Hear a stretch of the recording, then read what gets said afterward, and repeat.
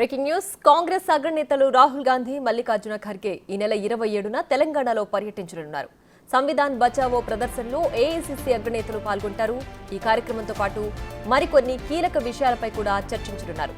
PCC అధ్యక్షుడు మహేష్ కుమార్ గౌడ్ ఈ విషయాన్ని వెల్లడించారు.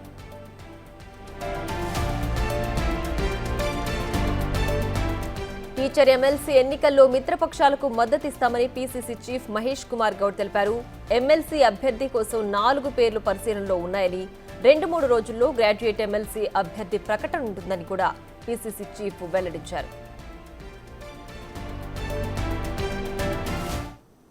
అంటే మరింత సమాచారాన్ని మా ప్రతినిధి హేమ అందిస్తారు. Hema, over to you.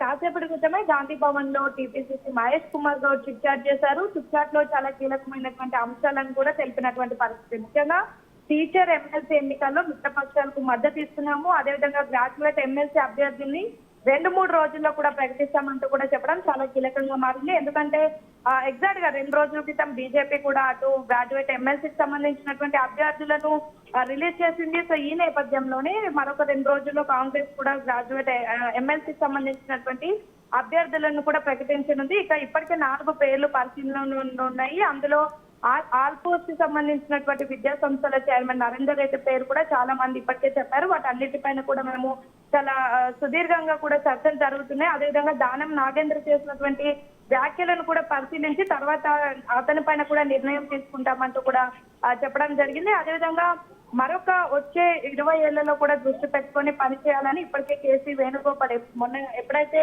Gandhi Bhavan లో పిఎస్సీ మీటింగ్ జరిగిందో ఆ సమయంలో కేసీ వేణుగోపాల్ చాలా కీలకమైనటువంటి అంశాలను పేర్కొన్నారు. ముఖ్యంగా మరొక 20 ఏళ్లు కూడా దృష్టిలో పెట్టుకొని పనిచేయాలంటూ కూడా వార్నింగ్ ఇచ్చారు. అదేవిధంగా కేసీ వేణుగోపాల్ దగ్గర మొత్తం రాష్ట్రంలో ఉన్నటువంటి మంత్రులు, ఎమ్మెల్యేలు, అదేవిధంగా జిల్లా స్థాయి లీడర్ నుంచి ప్రతి ఒక్కరికి సంబంధించినటువంటి రిపోర్ట్ కేసీ వేణుగోపాల్ దగ్గర ఉంది.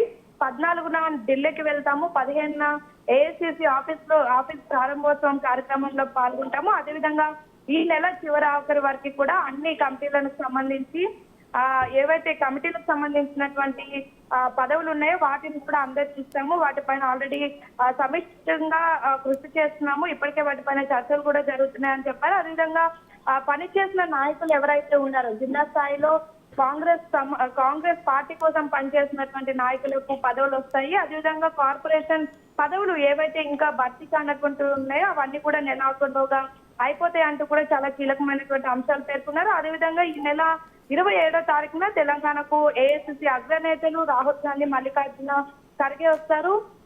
సంవిధానికి సంబంధించినటువంటి సంవిధాన్ బచావో ప్రదర్శన ఏదైతే ఉందో అందులో పాల్గొంటారు అంటూ కూడా మహేష్ కుమార్ గారు చెప్పారు. మొత్తానికంటే మరికొద్ది రోజుల్లో కాంగ్రెస్ కి సంబంధించినటువంటి గ్రాడ్యుయేట్ ఎమ్మెల్సీలు మరొక 2-3 రోజుల్లో కేటాయిస్తారు. అదేవిధంగా ఎవరైతే ఆశావాహులు ఉన్నారో పదవుల కోసం ఎదురు చూస్తున్నటువంటి కార్పొరేషన్ మెంబర్సే కానివ్వండి, అదేవిధంగా జిల్లా స్థాయి లీడర్లు ఎవరైతే ఉన్నారో ఎదురు చూస్తున్నటువంటి వాళ్ళందరూ కూడా త్వరలోనే కాంగ్రెస్ ప్రభుత్వం గుడ్ న్యూస్ చెప్పనుంది. ఇక ఈ నెల ఆఖరి వరకు కూడా అగ్రనేతలు రాహుల్ గాంధీ ఖర్గే కూడా తెలంగాణ రాష్ట్రానికి రానున్నారు. Right Hema, thanks for the updates.